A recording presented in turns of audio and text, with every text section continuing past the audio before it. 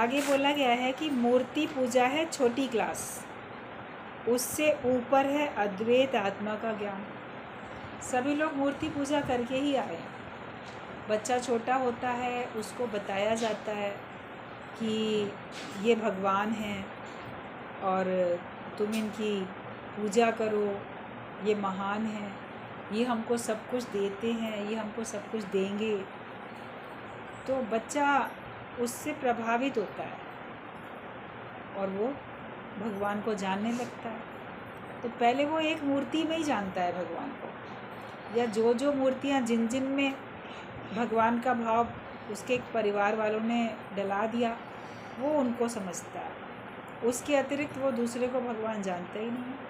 फिर बोलेगा ये मेरे भगवान है, ये फलाने के भगवान है। दूसरे धर्म वाले जिस चीज़ को मानते हैं, बोलेगा ये उनके भगवान है और ये हमारे भगवान है। लेकिन वो मूर्ति पूजा समझो छोटी क्लास है। एग्ज़ाम्पल बड़ा अच्छा दिया जाता था कि छोटे बच्चे जब पढ़ने जाते हैं तो उनको अल्फ़ाबेट सिखाने के लिए वर्णमाला, तो ये सब सिखाने के लिए हिंदी की भी बुक होती है, इंग्लिश की भी होती है।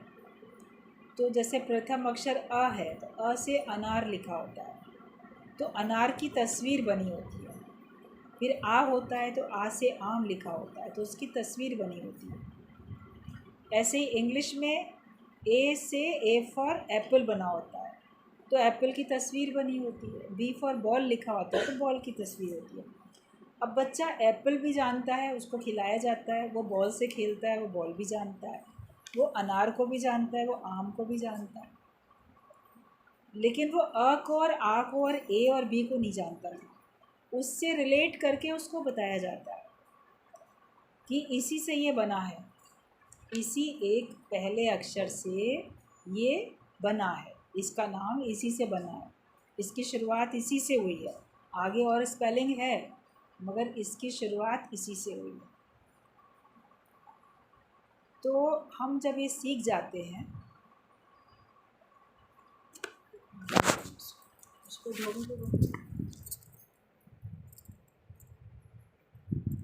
छोटी क्लास, उससे ऊपर है अद्वैत आत्मा का ज्ञान।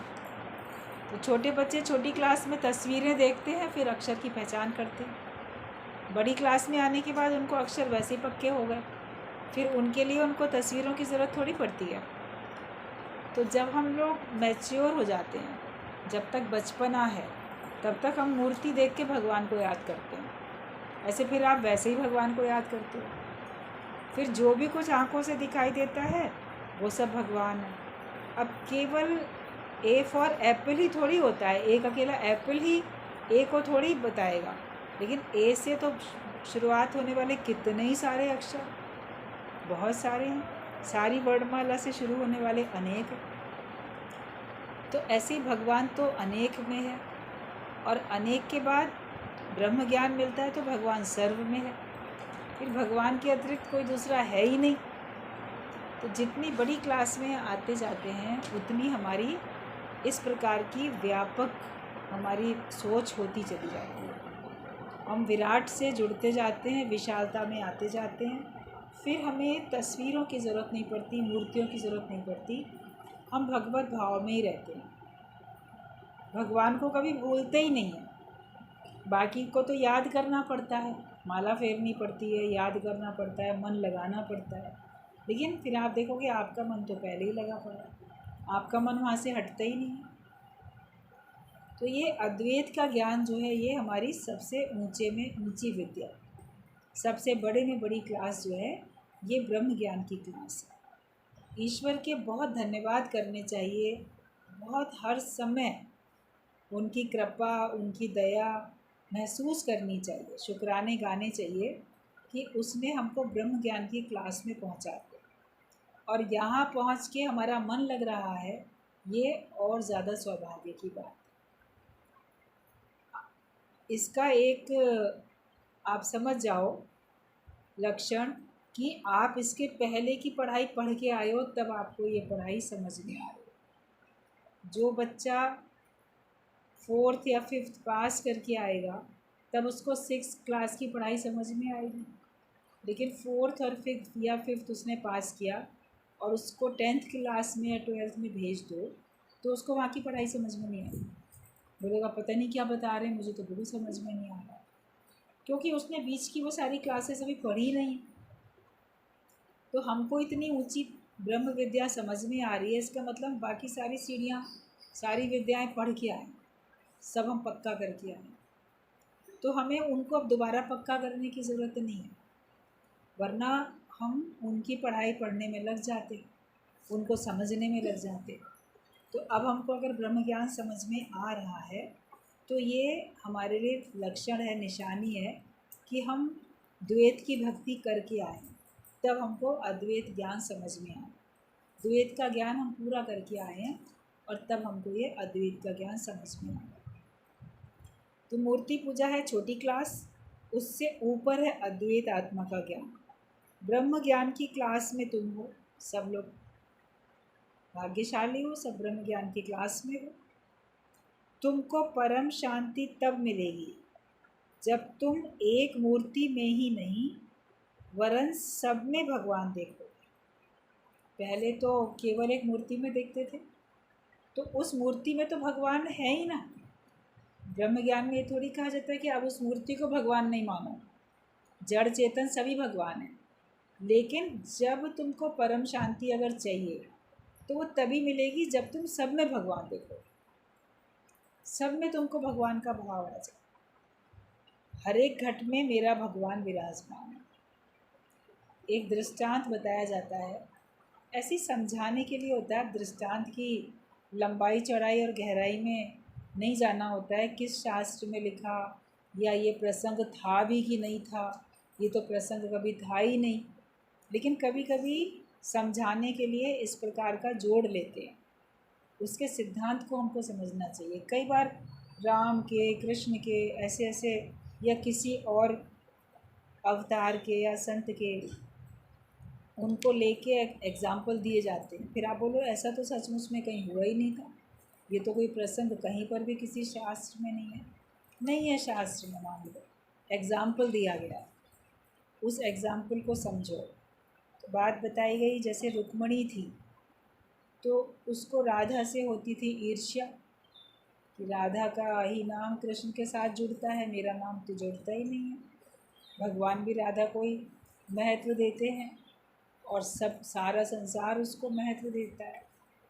तो उसने एक बार ईर्ष्यावश राधा को बहुत गरम गरम दूध एकदम से तुरंत पीने का आदेश दे दिया कि ये जो है, बुलाया उसको और कहा कि ये दूध तुरंत पी लो गरम गरम। तो उसने भी आज्ञा मानी और वो तुरंत पी गई पूरा। एक बहुत तेज़ गरम अगर पियोगे तो आपका मुंह में भी छाले पड़ जाते हैं, अपने अंदर भी, पेट में भी, गले में, सब में तकलीफ़ हो जाती है। तो वो तो पी गई और चली गई। अब जब बाद में भगवान कृष्ण आए, आराम करने के लिए लेटे, तो रुक्मणी उनके चरण दबाने के लिए बैठी, तो देखा उनके चरणों पे तो इतने छाले पड़े हुए, फफोले। बोली अरे भगवान ये क्या हो गया, ये तो आपके पैर जल गए, क्या कोई गरम गरम पानी पड़ गया था या क्या हो गया, कैसे जल गए, किसने आपके पैरों को जला दिया। तो भगवान कहते हैं कि तुमने जलाया। अब वो कहती है अरे आप तो मेरे भगवान हैं, मेरे स्वामी हैं, मैंने आपके पैर कब जला दिए।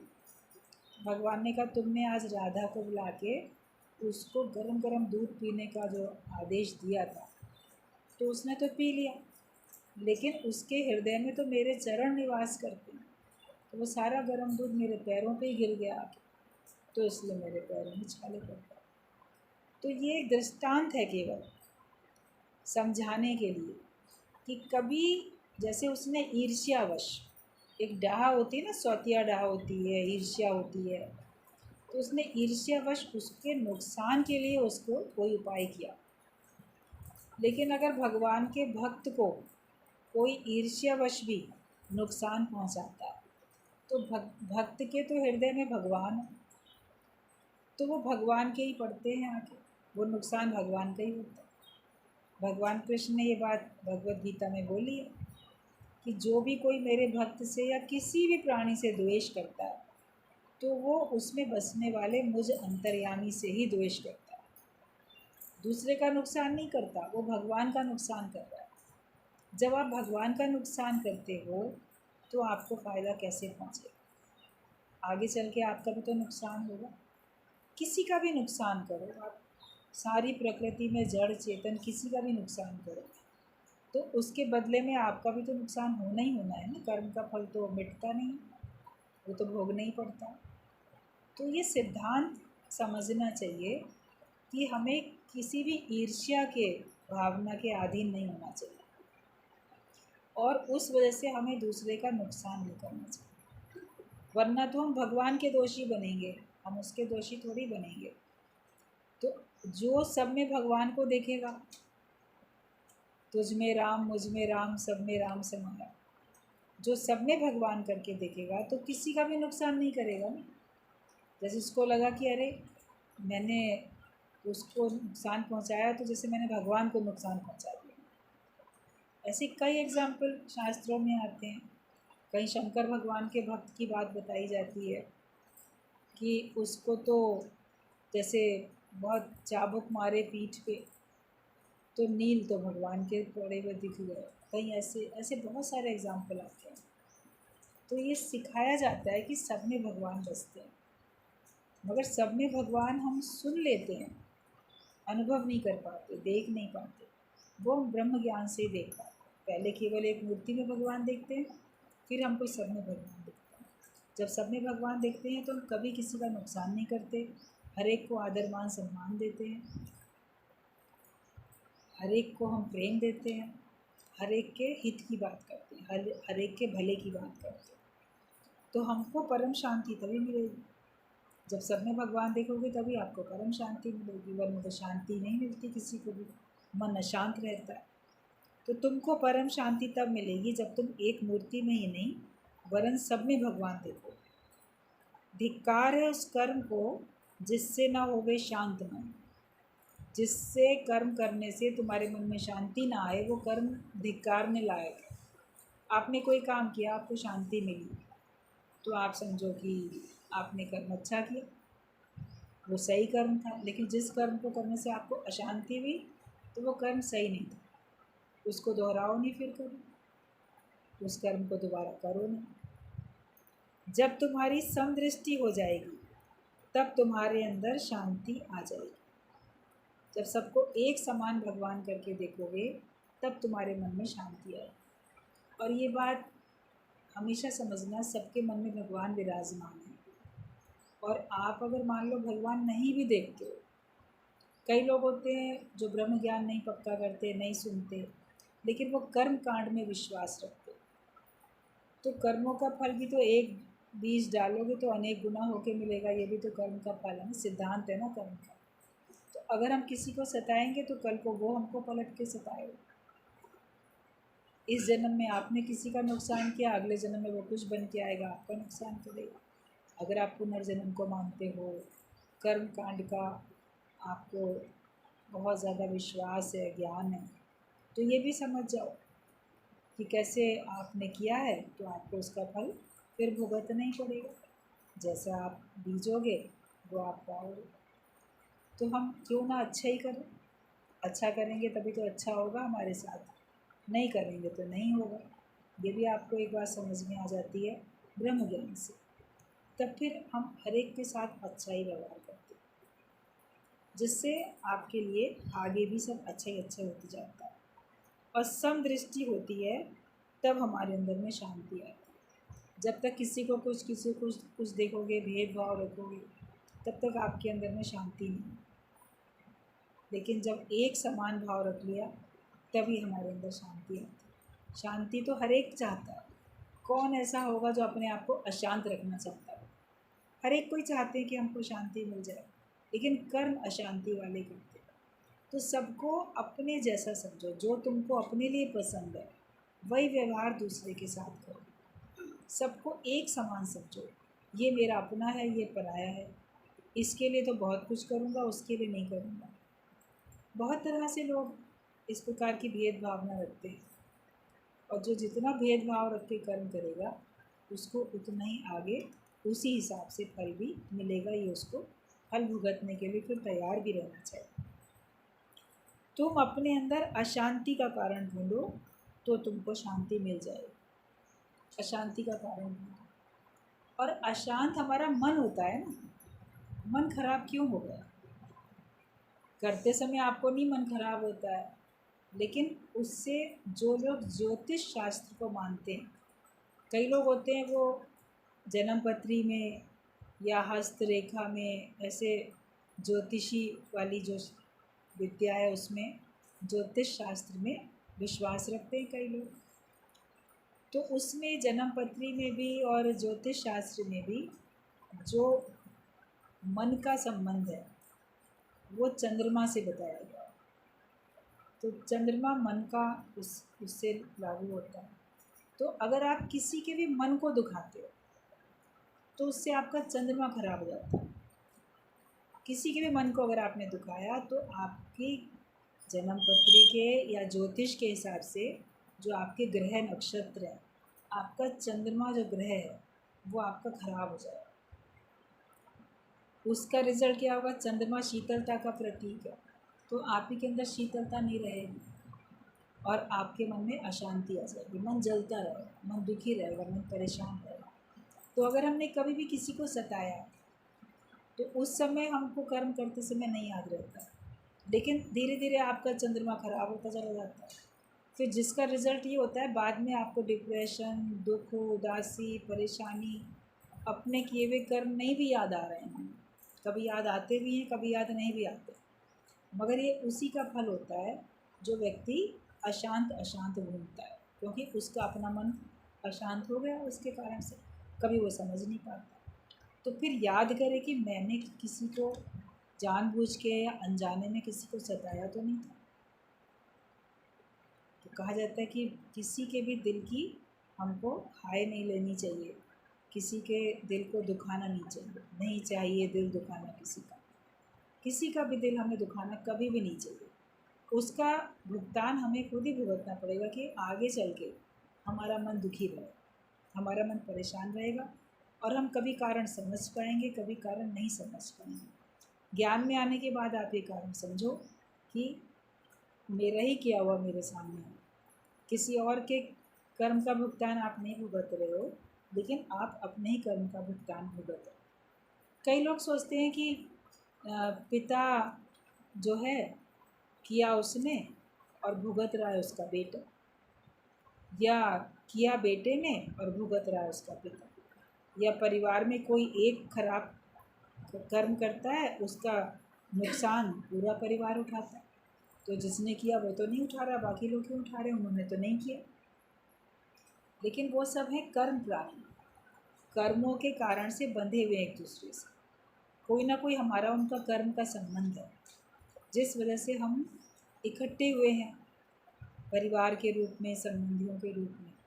तो आज अगर कोई कर रहा है और उसका भुगतान हमें भुगतना पड़ रहा है तो भी समझो कि ये भी मेरा ही कभी का किया हुआ उसके साथ है, जिसका रिज़ल्ट उसके द्वारा मुझे ऐसा मिला। कभी कोई अच्छा करता है तो उसका रिज़ल्ट फिर परिवार वालों को भी तो बेनिफिट मिलता है, कुटुंब वालों को, परिवार वालों को भी तो उसका बेनिफिट अच्छा मिलता है। तो आप सोचते हो हमने तो इतना अच्छा किया नहीं, हमारे बड़े बूढ़े करके गए अच्छा, तो उसका रिज़ल्ट आज हमको मिल रहा है, हमको भी लोग बड़ा मान सम्मान दे रहे हैं। या हमने तो अच्छा नहीं किया लेकिन हमारी जो आगे की नई जनरेशन है, बेटा है, पोता है, वो बहुत अच्छा कर रहा है, तो उसकी वजह से उसके माता पिता, दादी बाबा, उनको भी बड़ा मान सम्मान मिल रहा है। अरे ये फलाने की माँ है, फलाने के परिवार का व्यक्ति है, तो उसने तो अच्छे काम नहीं किए, लेकिन उसी के परिवार में किसी ने किए, जिसकी वजह से उसको भी बहुत मान सम्मान, यश मिल रहा है या सुख मिल रहा है। तो चूँकि कर्म का संबंध है तो उसमें चाहे दुख या सुख, कभी आप खुद अपने ही किए हुए कर्मों का फल आपको समझ में आता है, कभी लगता है दूसरे ने किया उसका मुझे क्यों भुगतना पड़ रहा है। तो उसका भी तुम्हें व्यर्थ में नहीं भुगतना पड़ रहा है, उसके साथ भी किसी न किसी जन्म में तुमने वैसा किया जो कि आज इस रूप में वो हमको इनडायरेक्टली भी हमको दुखी या सुखी वो कर रहा है।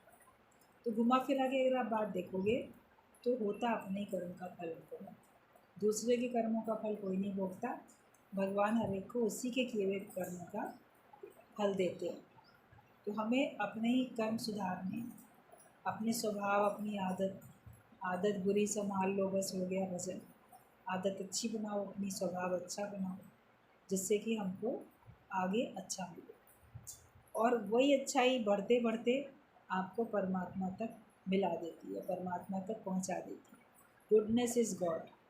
जो अच्छाई है वही भगवान होती है। जहाँ अच्छाई होती है वहाँ भगवान कहते हो, जहाँ बुराई होती है भगवान थोड़ी कहते। तो वही अच्छाई होती है, उसको हमें समझना है।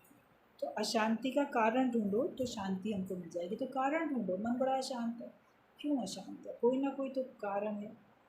कारण समझ में आ जाए तो भी उसको दूर करो, ना दोहराने का संकल्प लो।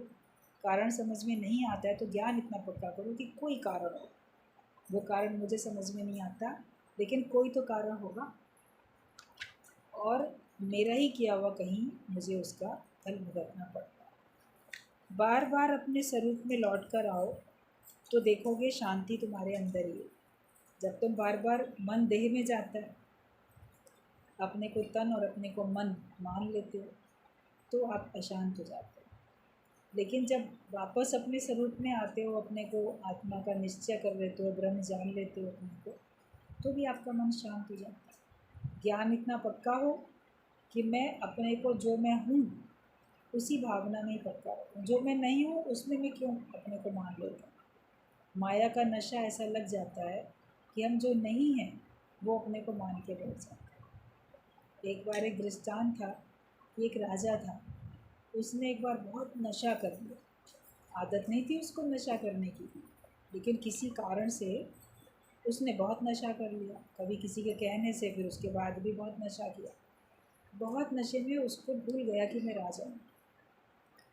तो अपने महल में जो उसका दरबान था, महल के दरवाजे पे जो चौकीदारी करता था चौकीदार, नशे में वहाँ पहुँच गया।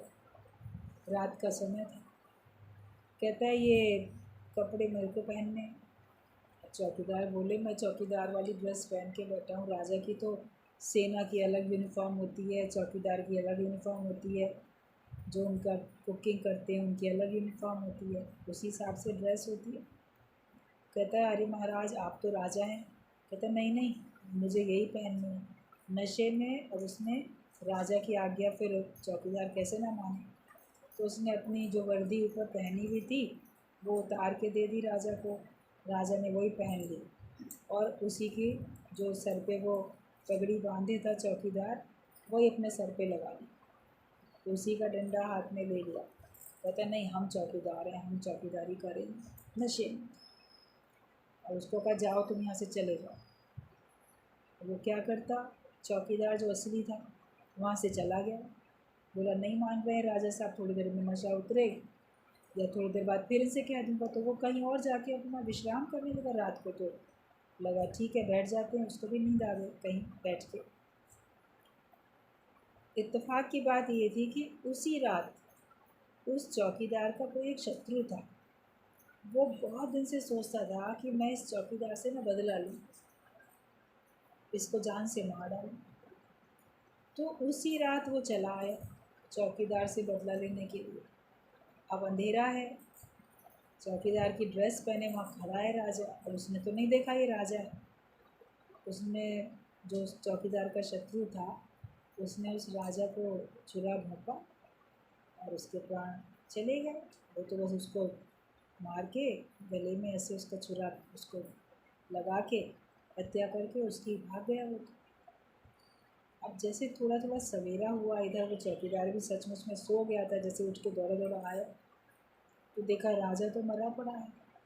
भीड़ लग गई, ये राजा को किसने मार दिया, राजा को किसने मार दिया, ऐसे कौन शत्रु आ गया। और सब देख रहे राजा तो चौकीदार की ड्रेस पहने हुए। तब असली चौकीदार ने सारी बात बताई कि इन्होंने ही मेरे को ऐसे कहा था। तो वो राजा क्यों मारा गया, क्योंकि उसने चौकीदार की ड्रेस पहन रखी। अगर वो अपने राजसी वस्त्र में मुकुट लगाए अपने खुद के कपड़ों में होता तो वो शत्रु उसको मार के थोड़ी जाता। उससे तो उसकी कोई शत्रुता नहीं थी। तो इसका सिद्धांत भी है कि हम हैं तो राजा, लेकिन हमको माया का इतना नशा चढ़ जाता है कि अपने को जीव मान लेते हैं। ये जीव भाव वाली ड्रेस पहन के हम सब जगह चौकीदारी करते फिर रहे हैं, सब जगह काम करते फिर रहे हैं। तो फिर जब हम जीव बन के बैठेंगे तो कोई ना कोई हमारा कभी का शत्रु भी होगा, वो फिर हमारा अंत करेगा। हमारे ही अंदर जो विकार हैं वही हमारे शत्रु हैं, वही हमारा अंत कर देते हैं। हमारे अंदर के विषय विकार सबसे बड़े शत्रु तो वही हैं। तो वो कब हावी होते हैं? जब हम जीव भाव की ड्रेस पहने होते हैं। अगर हम अपने आत्मिक स्वरूप में हैं, अपनी आत्मिक स्थिति में, तो फिर वो शत्रु हमारे ऊपर हावी हो नहीं सकते। जो अपने को ब्रह्म जानेगा, अपने को आत्मा जानेगा, उसके पास न विषय न विकार, कोई उसके ऊपर हावी नहीं हो सकता। ये तभी उसके ऊपर हावी होते हैं जब वो अपने सच्चे स्वरूप से हटके और जीव भाव की ड्रेस पहन के खड़ा हो जाता है। तो अपने को सच्चे स्वरूप में लाना। जब जब आपका मन अशांत होता है, जब जब आप अपने को दुखी महसूस करते हो या माया के बड़े नशे में आते हो, बड़े सुखों में बड़े नशे में हैं, अरे मैं क्या नहीं हूँ, मुझे ये उपलब्धि हुई, मुझे ये मिल गया, मुझे वो मिल गया, या मेरे वालों को ये मिल गया, मेरा पति इतनी बड़ी पोस्ट पे पहुंच गया, मेरा बेटा इतनी बड़ी पोस्ट पे, या बेटी या पत्नी या और परिवार के भाई बहन कोई, तो उसकी उपलब्धि को भी अपनी समझ के लोग बड़े अहंकार में हैं। तो फिर कोई ना कोई तो विकार आपको फिर गिराने का, नष्ट करने का काम करेगा ही करेगा। तो हमें बार बार अपने स्वरूप में लौट कर आना है, तभी तुमको शांति मिलेगी, वरना तुमको शांति नहीं मिलेगी। आत्मा के आगे 3 पर्दे हैं, मल विक्षेप आवरण। इनको हटाओ तो तुम आत्म स्वरूप हो। आत्मा के स्वरूप में आप आ नहीं पाते हो, अपने को ब्रह्म जान नहीं पाते हो, क्योंकि पर्दे पड़े हैं। अभी किसी के आगे पर्दा पड़ा हो तो देख नहीं पाएगा ना पीछे क्या है, और एक पर्दा हो तो भी आप नहीं पहचान सकोगे। 3 पर्दे पड़े हो तो कैसे जानोगे? एक एक करके तीनों पर्दे हटाओगे तब तुम जान पाओगे कि पर्दे के पीछे कौन है। तो ऐसे हमारा अपना स्वरूप है आत्मा का, इसके आगे भी 3 पर्दे पड़े हुए हैं, मल विक्षेप और आवरण। इसको हटाना पड़ता है। ये देह अध्यास, 5 तत्वों की देह सबसे पहले यही नज़र आती है, यही सबसे बड़ा मोटा पर्दा है। इसको तो ज्ञान से ही हटा सकते हो। अपने को देह मान के बैठे हैं, जब तक ब्रह्म ज्ञान नहीं मिलेगा तब तक आप अपने को आत्मा नहीं जान सकते। ब्रह्म ज्ञान के कारण से ही आप इस पर्दे को हटा पाते। फिर मन में मलिनताएं हैं, मन में बड़ा खोट है, उसको दूर करना है। तब आपको अपने स्वरूप की पहचान होगी, उसमें स्थिति बनेगी। तो वो जब आप अच्छे कर्म करते हो, निष्काम कर्म करते हो, निष्कामी होकर रहते हो, तो आपके मन की मलिनता खत्म होती है। क्योंकि दूसरों को सिखाओगे ऐसा नहीं करो तो खुद भी तो नहीं करोगे। दूसरे को जो उपदेश दे रहे हो उस पर खुद भी तो चलना ही पड़ेगा ना, वरना लोग बोलेंगे हमें उपदेश देते हो, खुद तो नहीं चलते उस पर। तो जो मन की मलिनता है, मन का खोट है, वो निष्काम कर्म से जाता है। और विक्षेपता, अशांति, हलचल, ये जो मन में है, ये फिर भक्ति से जाती है, प्रेम से जाती है। प्रेम और भक्ति एक ही चीज़ है, तो उससे जाती है। तो ज्ञान, कर्म और भक्ति तीनों जब हमारे जीवन में सही सही तरह से बैलेंस के साथ होते हैं, तो फिर हमारे अंदर के तीनों पर्दे जो हमारे स्वरूप पे हैं वो हट जाते हैं। तो फिर हमारी अपनी आत्मिक स्थिति पक्की बनती है। तो इसके लिए हमें ज्ञान भी पक्का करना है, निष्कामी होके भी रहना है, और भक्ति भावना में भी हमको, श्रद्धा में, विश्वास में, भक्ति भावना में भी हमको होके रहना है। ज़्यादातर बीमारी होती है ख्यालों से, इस ज्ञान से मिलती है हमें पूर्ण शांति, और इसकी कीमत कोई नहीं चुका सकता। ज़्यादातर जो बीमारियां होती हैं वो ख्यालों से ही होती हैं। अगर हम गलत ख्याल करते रहते हैं तो हमारा मन भी बीमार और हमारा तन भी बीमार।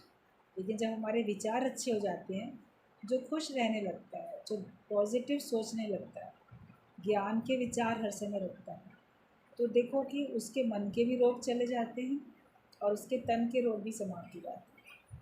बहुत सारे तन के रोग समाप्त हो जाते हैं। कई लोग कहते हैं कि बड़ा वो फलाना संत बड़ा चमत्कारिक है, उसको इतने साल से फलानी बीमारी है लेकिन उसके ऊपर हावी नहीं होती, वो कैसे चल रहा है, कहीं कुछ। तो उसके पास में अपने विचार अच्छे हैं।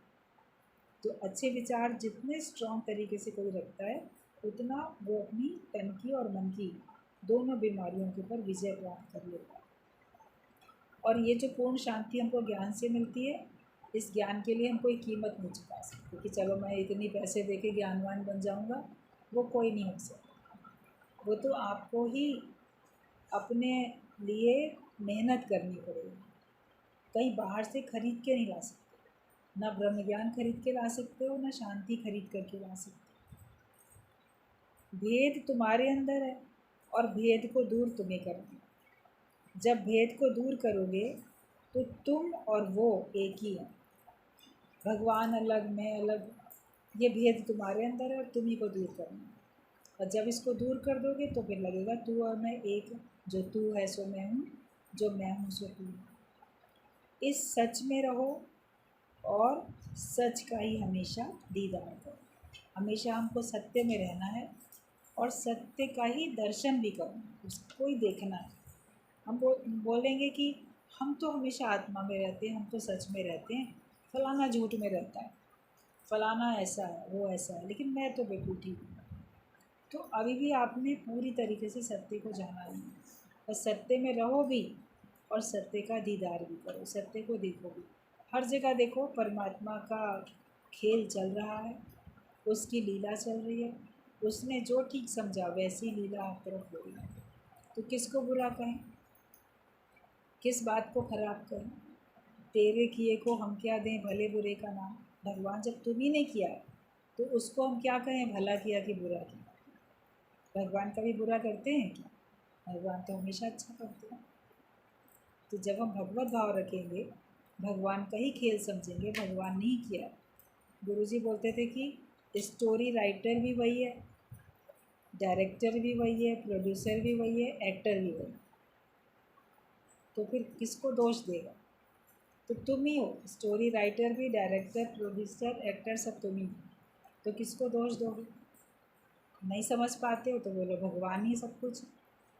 कई बार आपने बहुत फिल्में ऐसी देखी होंगी जिसमें जो हीरो होता है उसी ने स्टोरी भी लिखी होती है, उसी ने डायरेक्ट भी की होती है, प्रोड्यूस भी उसी ने की होती है, प्रोड्यूसर भी वही होता है। तो ऐसे ही सब एक भगवान ही बना। जब ये बात आप देख लोगे तो जैसे आप सत्य का दीदार करते हो, तो फिर कोई भेद नहीं रह जाएगा। अभेद भक्ति योग होगा और अभेद भक्ति योग से हमको परमात्मा की प्राप्ति हो जाएगी।